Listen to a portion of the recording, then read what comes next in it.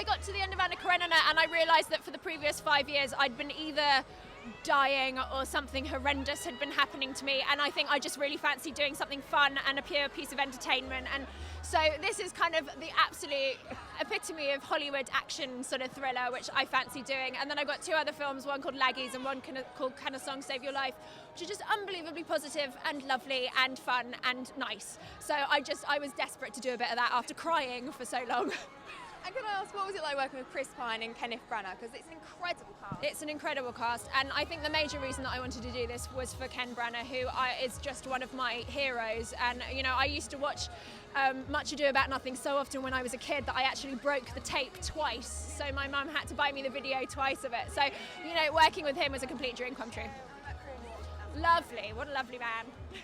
What was it about the script that really made you want to get involved in the film?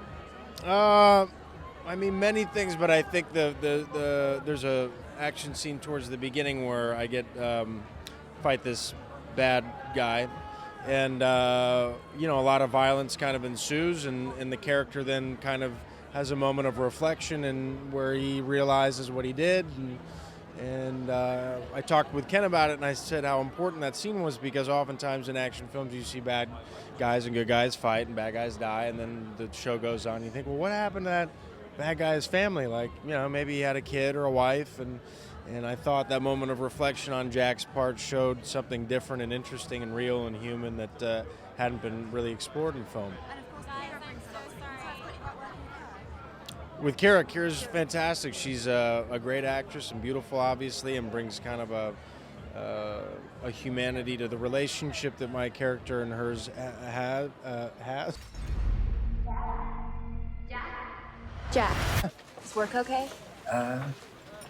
Yeah. You know, you sold this as an office job. Why don't you sit down? Now talk me through your very scary scenario.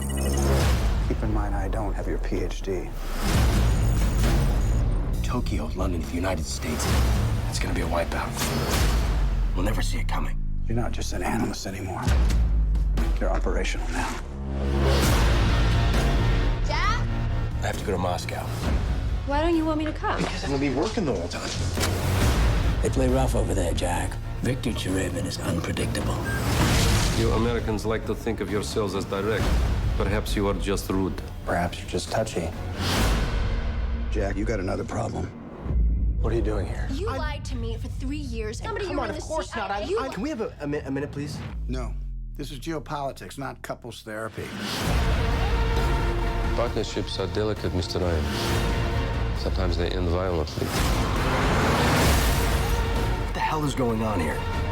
Sometimes the ones closest to us are the ones we should trust the least. We all have our secrets. You think this is game, Jack? They will bring us to our knees without even firing a shot. There's a very real scenario here where we don't get out of this alive. We are compromised. If you find the truth, will you believe it?